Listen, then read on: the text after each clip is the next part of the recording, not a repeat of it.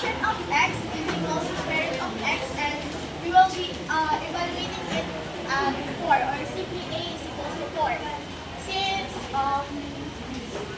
f of x is equals to f of a, pwede na natin i-substitute si a.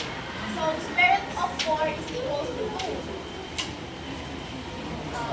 Tapos, gagamitin na natin yung formula, and si square root of x ay isa-substitute natin ng a plus h kasi yun ang nakalagay sa formula. So, magkakaroon tayo ng limitation square root of a plus h minus 2 over h. To simplify that expression, we need to multiply it by its conjugate. Ang conjugate ay same binomial pero magkaibang sign. For example, square root of a plus h minus 2 at i-multiply mo siya sa square root of a plus h plus 2.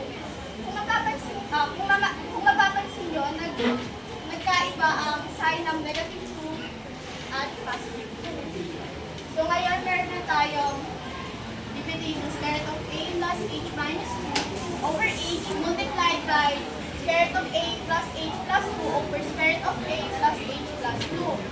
So, sa pangalawa, sinabstitute ko na yung a.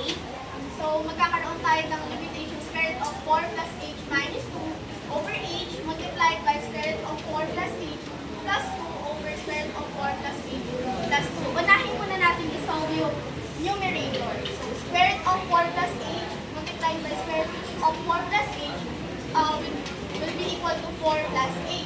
And negative 2 times positive 2 is equal to negative 4. Next naman natin ay yung denominator.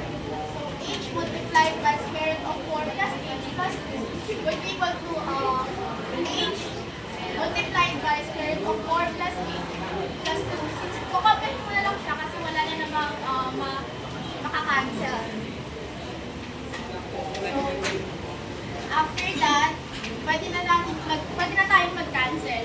So, 4 minus 4 is equals to 0, and h divided by h will be equal to 1.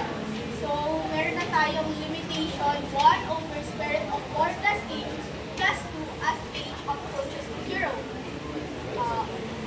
Pwede na rin natin itong solve pala, itong square root of 4 plus h.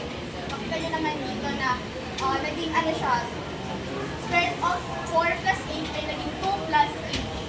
So, meron na tayong limitation 1 over 2 plus h plus 2 as h approaches to 0. Combine like terms, kaya magkakaroon tayo ng 1 over 4 plus h. Pwede na natin i-substitute si 0 times si h, ang value pala ng h, pwede na natin i-substitute, which is 0. So, 1 over 4 plus